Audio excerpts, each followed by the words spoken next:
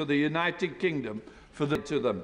Order, order. We now come to Prime Minister's questions. John Grady. Question number 1, please, Mr. Speaker. Prime Minister.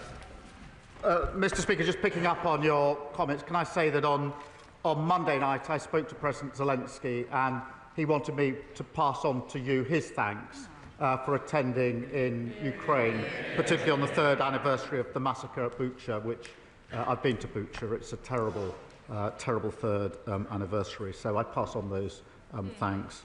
Mr. Speaker, we've been preparing for all eventualities ahead of the confirmation of US tariffs later today. Let me be clear with the House.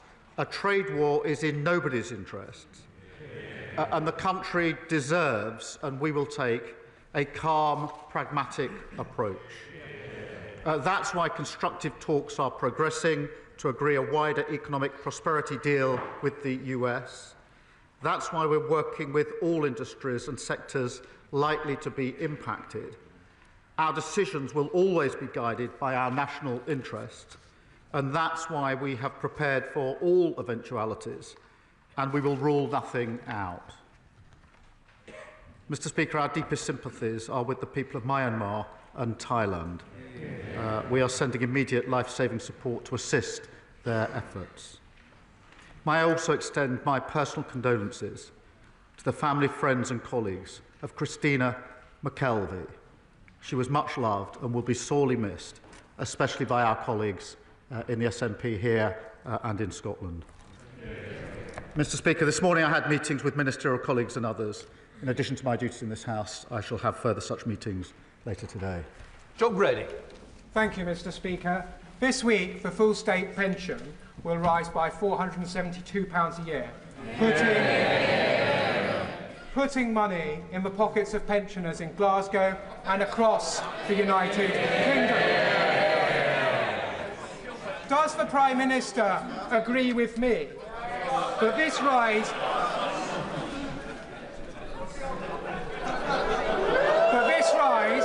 is only possible because of Labour's plan for change and our commitment to the triple lock?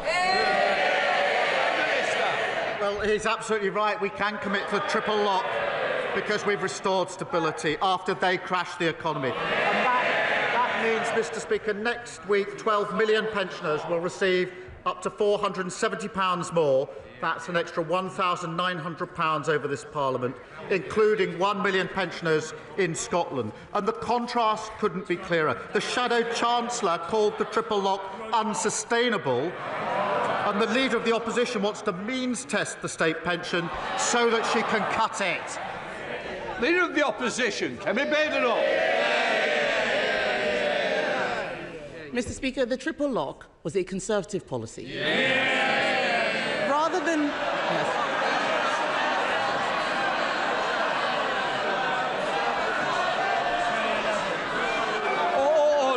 Order. I know... You was inadvertently said. Carry on, Leader. Rather than the Prime Minister congratulating himself for what we did, why don't we talk about what he's doing? From Sunday, Labour's jobs tax will mean many British businesses face a terrible choice: to cut wages, put up prices or sack their staff. What is the Prime Minister's advice to those businesses? Well, Mr. Speaker, she says the triple lock was Conservative policy. It was once thought to be the party of sound finances, but they blew all of that. Mr. Speaker, she asked what we're doing. We're clearing up the mess that they left. We're dealing with global instability, and we recognise the pressures that are bearing down on businesses and individuals and working people. That's why we're rolling up our sleeves. And yesterday, Mr. Speaker, I was pleased to announce the national living wage increasing by £1,400. For millions of workers. We've announced £150 for the Warm Homes discount, extended now to 6 million households. That's 1 in 5 families. And wages are going up faster than prices. And never forget, the party opposite, worst living standards on record, inflation up to 11%, public services left on their knees. Mr. Speaker, the only mess is the one that he made with his budget. They had an emergency budget last week that fixed nothing. He says he's bringing stability. All we see is fragility. During the election, the Prime Minister also promised that he would not increase taxes on working people.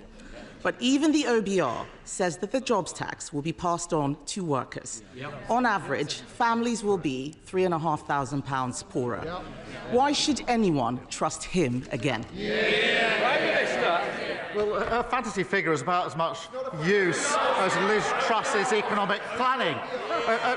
And she turns up every week to carp from the sidelines about the decisions we made at the budget.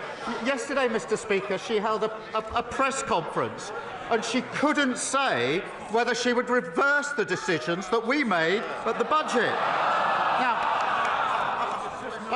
I understand, because she can't bring herself to say that she doesn't want the investment of an extra £26 billion in our NHS. I'm not surprised at that. That's 2 million extra appointments, that's 1,000 more GPs, a pay rise for nurses, etc., etc. But let me get her position right if I can follow it. She wants the extra £26 billion in the NHS, Mr. Speaker, that was paid for by the national insurance rise. She wants that. She doesn't want to reverse the national insurance rises.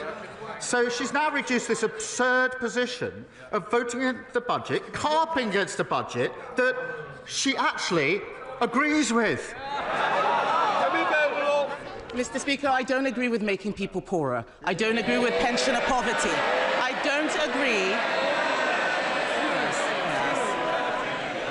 Out there, they are calling it awful April. That's because of decisions he has made, because he made promises and broke them. His promises are worthless, Mr. Speaker. People are getting poorer. Before the election, he pledged to freeze council tax. Instead, it's going up everywhere.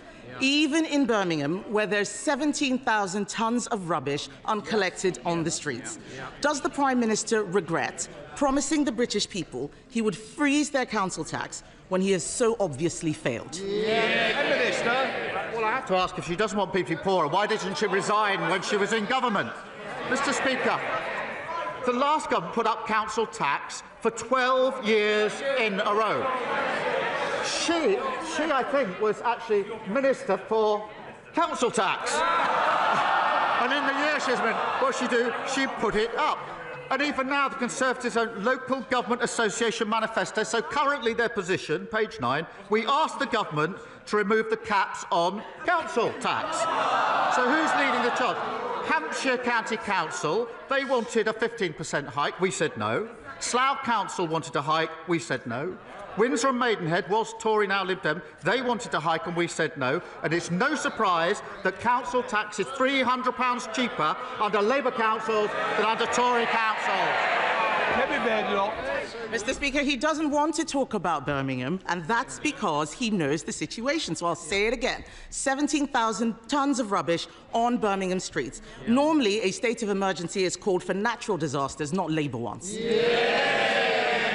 His policies have left our economy dangerously fragile. The Chancellor, once again, left herself no room for manoeuvre.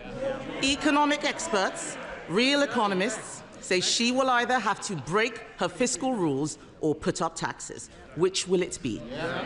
Prime Minister. I think she must have picked up the script she was using a few weeks ago. Because it was only then she was saying, in the spring statement, you're going to put up taxes. But look, Mr. Speaker, in relation to the situation in Birmingham, it is completely unacceptable. I fully support the Council in declaring it a major incident to resolve the situation, and we'll put in whatever additional support is needed. But when the party opposite was in government, we lost more days to strike action than in any year since the 1980s. NHS workers were on the picket line, not on the front line, and that sent waiting lists through the roof, so we'll take no lectures on industrial harmony from them. Mr. Speaker, the whole House would have heard that he didn't say whether or not he could keep his fiscal rules. That means that it's either that or putting up taxes. 9 months ago, we left Labour the fastest growing economy in the G7. We did. And I remember I remember watching his MPs laughing at their first destructive budget. They've had another one that has made our economy dangerously vulnerable. The Bank of England says his policies have pushed up the cost of living for families. Does he disagree with the bank, or does he accept his policies mean higher bills? Prime Minister. Mr. Speaker, she must be the only person left in the country who actually thinks they did well on the economy when they were in power. That was what was tested at the last election. Living standards, the worst on record. Inflation, 11% it soared up to. The NHS on its knees. Oh, Mr. Speaker, she's so obsessed with talking down the country that she's not read the OBR forecast properly. Growth up in 2026, 2077 up, 2028 up, 2029 up. And thanks to our planning reforms, the largest growth measure the OBR have ever costed. And what did the Tories do when the bill came before Parliament?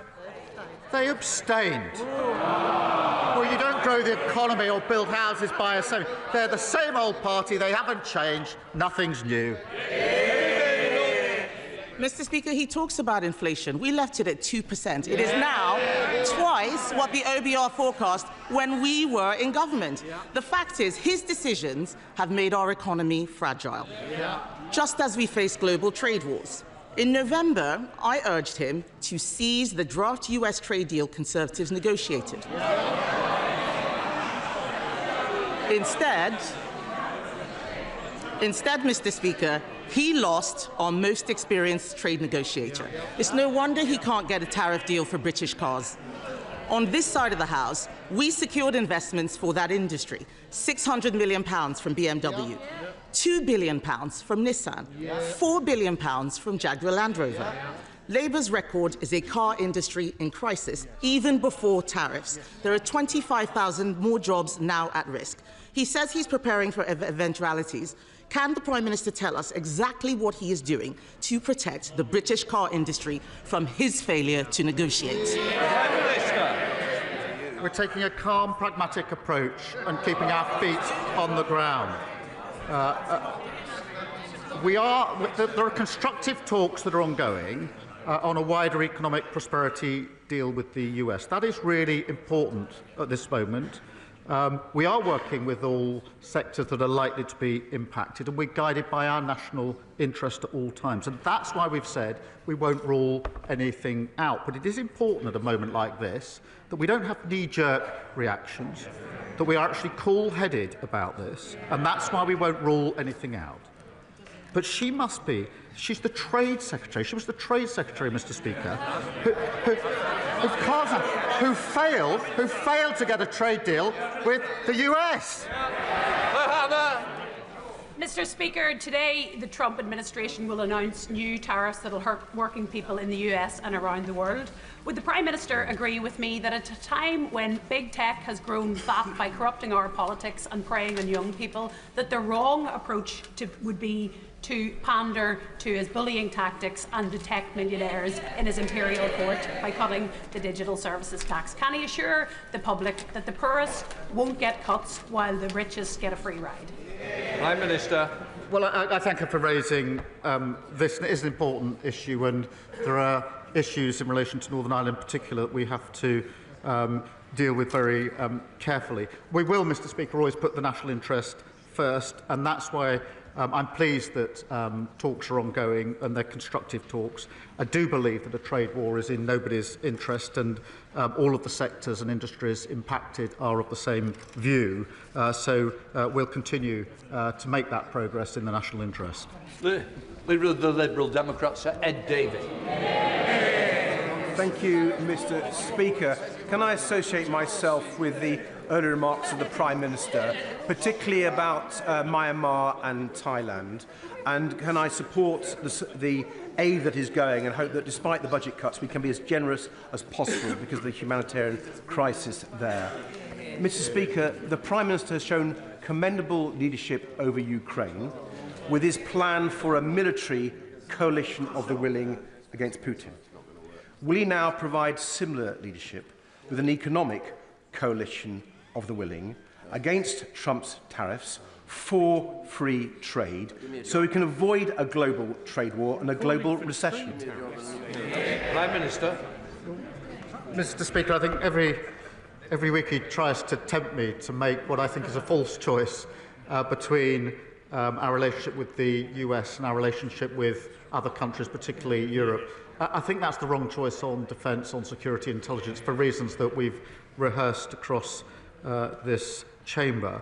I also think it's wrong on trade and the economy. We have a good deal of trade, a balanced trade relationship with the US, and I believe that our interests are best served by calmly trying to secure a deal which is in our national interest, whilst at the same time preparing and leaving all options on the table. Sir Ed Davey. Minister's reply. I hope he is able to cut a deal, but I increasingly fear that the deal won't be good enough to avoid a global trade war. That's why I think one of the options must be to work with our European allies, our Commonwealth allies and others, because we don't tackle Trump's tariffs. We could be saying goodbye to free trade for a generation. Mr. Speaker, if I may turn to a domestic matter now. 3 years ago, the American private equity firm KKR bought a 25% stake in Northumbrian Water.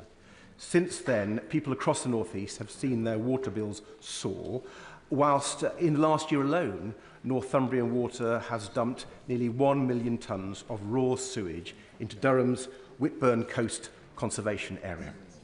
KKR are now poised to buy into Thames Water because ministers have ruled out a special administration regime. Can the Prime Minister guarantee that Thames Water will not be allowed to repeat the same trick of putting up bills and dumping raw sewage at the same time? They allowed it, he shouldn't. Mr. Speaker, in relation to his comments at the beginning of the question, I really do think it's not sensible to say the first response should be to jump in to a trade war with the US. That cannot be the first response of the United Kingdom, and I will resist his urgings to do that. In relation to water, he's absolutely right to point out the appalling record on water of the party opposite, just like the record on everything was appalling, and that's why I'm really pleased that we've passed the Water Act already to take the necessary measures, but we will go further. David Egan. Yesterday, the Work and Pension Select Committee visited Manchester, where we saw the power of devolution in action, in this case helping people find work. So with just 5 percentage points separating Labour and Conservative last time, does the Prime Minister agree that to get the maximum advantage from Labour's devolution offer, the West of England needs an ambitious Labour mayor in Helen Godwin for more jobs, to fix our buses and to get the homes we need built? I believe it's best for communities when their leaders have skin in the game. Helen Godwin grew up in Stapleton, went to college in Filton, and has a great record fighting for the community where she's raising her family. Mr. Speaker, our plan for change has delivered record funding for the West of England. That's more money for better buses, for potholes, and getting young people into work. That's the difference a Labour mayor working with a Labour government delivers for the West of England. Gavin Robinson. Thank you, Mr. Speaker. The Prime Minister will know that many in the House will be assuaged by his suggestion that he will act in the national interest in relation to tariffs. But most won't have considered that in acting in the national interest, what occurs in Northern Ireland is no longer solely in his control. He knows that exports from Northern Ireland are UK exports, rightly so. Yet imports to Northern Ireland could lay at the consequence of EU retaliatory action. In keeping all of his options open, now we have to live in a world with the consequences of the last government with his support. Will he indicate that he is prepared to take steps to either exempt Northern Ireland from EU action or take retaliatory action if they do not? Prime Minister. Can I thank him for raising this issue, which is of real importance to his constituents and everybody in Northern Ireland. It is a very serious issue. That's why we need to be calm and pragmatic. And I think that's what workers and businesses in Northern Ireland would want to see from this government at a time like this. We are, as he would expect, looking carefully at the details of any retaliatory tariffs announced by the EU, if they are, and what impact they might have on businesses. As he knows, where goods do not enter the EU, then businesses can claim a full reimbursement of any EU duties paid. But I reassure him the interests of Northern Ireland at the forefront of our decisions, and he may want to know that this morning the Business Secretary spoke to the Northern Ireland Executive because this is a serious issue and we need to work together to resolve it in the interests of everybody in Northern Ireland. Mike Tapp. Thank you, Mr. Speaker. While the last government resorted to damaging keyboard diplomacy, this government is leading, bringing 40 nations together this week to tackle illegal immigration. Like the Prime Minister, I've seen firsthand how counter-terror powers can disrupt threats before lives are lost. That same approach is essential in dismantling the smuggling networks, Mr. Speaker. Does he agree? It's time the Conservatives and Reform dropped the posturing, put national security first and backed our borders bill. Well, I mean, the party opposite tried an open borders experiment. We are now tackling illegal migration. They talked about flights, Mr. Speaker. We've already removed 24,000 people with no right to be here. Under their Rwanda scheme, which was only ever supposed to return, I think, 300 people a year, what we've achieved in 9 months would have taken them 80 years. We've replaced a gimmick with a real deterrent. Tim Farrell. Thank you, Mr. Speaker. The Prime Minister has spoken very movingly and with genuine sincerity and affection about his time as a young man in the Langdale Valley in the Lake District in my constituency and how that helped to shape him.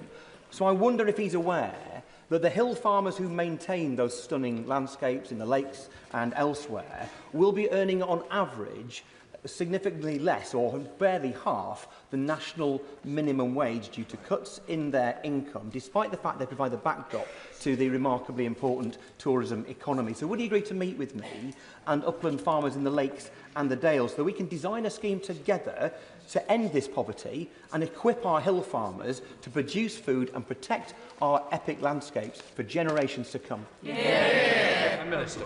He and I share a love of the Lake District. And we still go back there with our children now. This is a serious issue, obviously, and that's why we've put a record amount into farming at the budget, but also set out our roadmap. But I'll happily make sure that he gets a meeting with the relevant minister to go through that and to take on board any points he has to make in relation to it. Any bills? Thank you, Mr. Speaker. Hundreds of residents in my constituency at Union Park are facing massive £1 million worth of charges to repair their heating system, to repair fire safety works that haven't been put right by the developer, who has now declared bankruptcy and walked away. Their new freeholder has washed their hands of responsibility and instead is leveraging huge ground rent bills and fines against those residents. Does the Prime Minister agree with me? This is exactly why we have to move forward with our plan, much delayed from the party opposite, to abolish the outdated leasehold system once and for all as part of our plan for change. Prime Minister.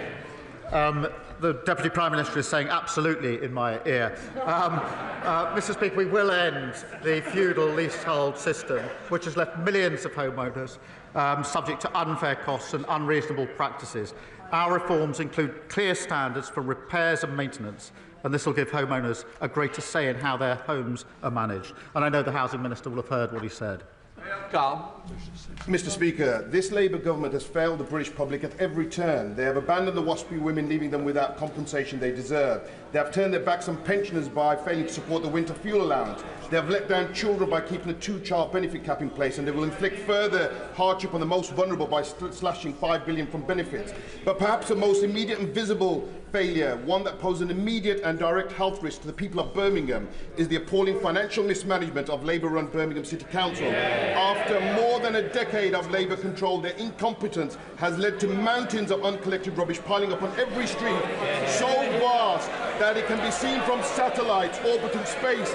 It is nothing short of a disgrace and a damning indictment of Labour's inability to govern. Will the Prime Minister take urgent action to protect the public health and the people of Birmingham by immediately deploying the... Order. We're meant to ask a quick question, otherwise no one's going. Prime Minister.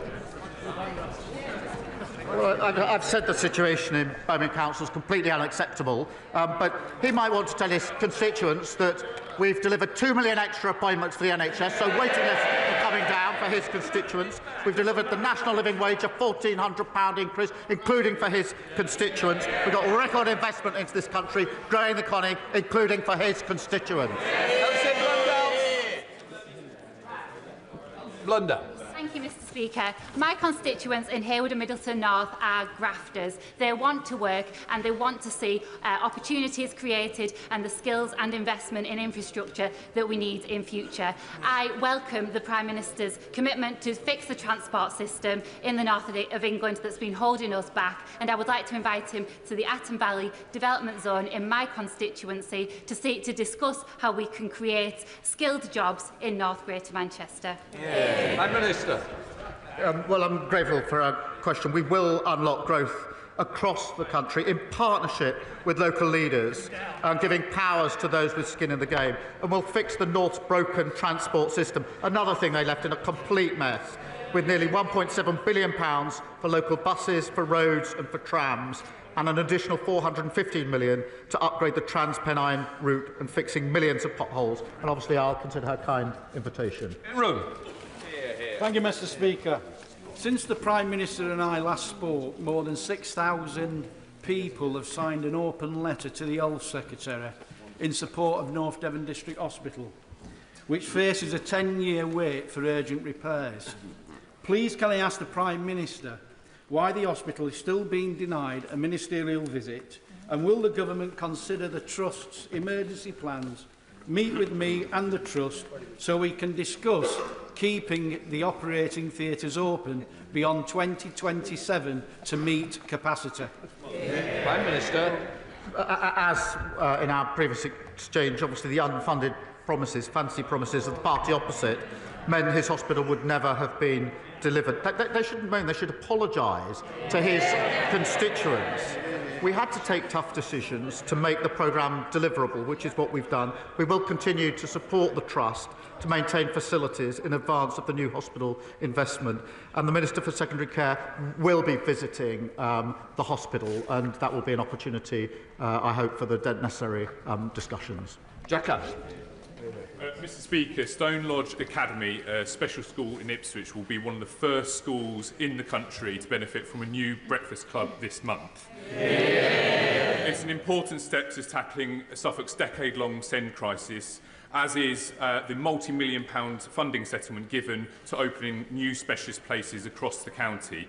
Can the Prime Minister outline what steps he will be taking to further break down the opportunities for all children as part of our plan for change? Yeah. Well, I'm very pleased to say, Mr. Speaker, the first 750 breakfast clubs will open this month. And I'm pleased there's an early adopter in his constituency, as well as in the constituency of the Leader of the Opposition. I'm sure she will welcome that one of these weeks. Mr. Speaker, that will put £450 a year back in the pockets of working people. Mr. Speaker, today we've awarded £37 million to 300 primary schools to create up to 4,000 nursery places from September, making it easier for working families to access government-funded childcare. Yeah. Martin Vickers. Thank you, Mr. Speaker. 2,700 workers at Scunthorpe Steelworks are facing redundancy, many more in the supply chain, and many of them are my Brigg & Gould constituents. It's welcome that negotiations are continuing, but whatever the outcome, significant support is going to be needed for to support the local economy. I know that all those affected would appreciate and be reassured that if the Prime Minister could give an indication that he was personally taking an interest in this, and that at some point in the not too distant future he would meet with me, neighbouring MPs and the council leader to discuss the way forward. Prime Minister. Well, I'm grateful to him for raising it. I do take a personal interest. I went to Scunthorpe to talk to the management and the workers there a short while ago and understand firsthand the challenges and how deeply worrying it will be for those working there and their families and the community as a whole. And that's why there are negotiations. I do call on the company to accept the offer of financial support that has been advanced so we can achieve a sustainable future for the workforce, for the industry and the local community, because I do believe there's a bright future for steel and needs to be a bright future for steel, but I do take a personal interest in it. Thank you, Mr. Speaker. Too many of my constituents are struggling to get access to a GP appointment when they need one. Our GPs are trying their best, but they're struggling with capacity, outdated buildings and outdated tech, all because the party opposite broke the front door to the National Health Service. Can the Prime Minister reassure my constituents that our plan for investment and reform will ensure they will be able to see a GP when they need one? Mr. Speaker, we are focused on delivering real results for patients by scrapping unnecessary targets, bringing back the family doctor and requiring online bookings to help the 8 a.m. scramble. We're investing an additional £889 million to reinforce the front door of our NHS, and that's the biggest increase for over a decade, and will that mean hundreds more GPs since we came to power. And this week we've announced record investment for community pharmacies to deliver more services for patients and free up GP time. Thank you, Mr. Speaker. The recent NHS England report laid bare a catalogue of failures which left a patient with a history of violent aggression, unconfined, untreated and completely unmedicated for 9 months until he killed Ian Coates and young friends Grace O'Malley Kumar and Barnaby Webber from Taunton in my constituency. Will the Prime Minister join with me and the people of Taunton paying tribute to the families who have campaigned on this? Will he confirm that a public inquiry is to begin? And will he confirm that in the context of 50% cuts to integrated care boards, that mental health services, both in the community and secure, will not suffer from those cuts? Prime Minister. Can I thank him for raising this tragic case? And I do pay tribute to the families, often in cases like this, including this case. I find it hard to think how I would actually respond if I was a family member in circumstances like that. I'm not sure I'd have the courage that they have to campaign in the way they campaign, and I pay tribute to it. We do need to get to the bottom of all of the issues here, wherever they may lie, and that's what we will do. Imogen Walker. Mr. Speaker, in Hamilton and Clyde Valley, my constituents are struggling to access the healthcare that they desperately need. 1 in 6 Scots are on a waiting list. Yep. Meanwhile, in England, the waiting lists have been coming down for the last 5 months, and more than 2 million appointments have been made available. Does the Prime Minister agree with me that the SNP-led government should stop blaming everybody else for their failures, when Scotland's broken public services are their responsibility? Well, Mr. Speaker, she's right. Over 60,000 Scots have been stuck waiting for tests or treatment for over a year. That's a 46% rise in 1 year. I had to check that figure because it's so staggering. 46% rise in 1 year. And despite this backlog, almost 50,000 fewer operations are being carried out compared with before the pandemic. Mr. Speaker, compare that to England, where we've driven down waiting lists with over 2 million extra appointments and scrapped NHS England to cut bureaucracy. Scotland's NHS is in desperate need of reform, but the SNP have no strategy, no plans and no ideas. Greg Smith. Thank you, Mr. Speaker. Earlier, the Prime Minister seemed reticent to answer a direct question on his jobs tax.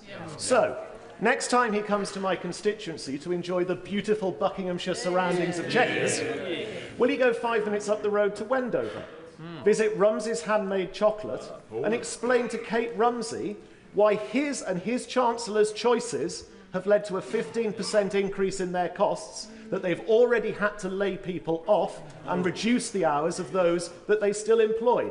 Is that what he meant by growth? I'm happy to tell anyone why. £22 billion black hole left in last week. They've crashed the economy. They've ruined our public services. And as we mend that and rebuild the country, they carp from the sidelines. And even now, they can't bring themselves to say they don't want the investment. They can't bring them to say they'll reverse the decisions we've made. They actually agree with the decisions we've made because we're clearing up the mess that they left. Mr. Speaker, 1 year ago yesterday, my constituent James Henderson was killed with other aid workers from World Central Kitchen, taking humanitarian aid into Gaza. Jim's family have told me Jim would want confirmation from our government that we're taking all conceivable steps to make sure that aid, power and supplies are safely returned to Gaza. Could the PM confirm he's doing all he can to ensure this? And could the Prime Minister also confirm he will continue to push for a full investigation to be completed into the deaths of Jim and the other British WCK workers, and for appropriate action to be taken? Prime Minister. Well, I thank you for raising this appalling incident, and our thoughts remain with the families of Jim, of John Chapman and James Kirby. The attacks on aid workers, Mr. Speaker, are never justified. The families do deserve justice. We're pressing the Israeli government to accelerate their investigation, including whether criminal proceedings should be initiated. Can I also say Israel must stop blocking aid into Gaza? Hostages must be released. I'll be able to have an urgent resumption of the ceasefire. Final question, Alberta Costa. Thank you, Mr. Speaker. Double child rapist and murderer Colin Pitchfork is up for parole for the 5th time. Now, I know the Prime Minister doesn't have any direct control, nor should he, over the parole board, but he does have a view. As I've asked all his predecessors, I now put the question to him. Does he agree with me that men who brutally rape and strangle to death young women should, as a matter of principle, spend most of their natural life in prison? Prime Minister. I'm grateful to him for raising this appalling case, and I absolutely agree with him that there must be maximum penalties for anyone falling into that category. I've seen many of these cases for myself firsthand when I was prosecutor for 5 years working with the police on really terrible cases, and know the impact that it has on victims. I thank him for raising it. That completes Prime Minister's questions. We'll let from benches change up. Right.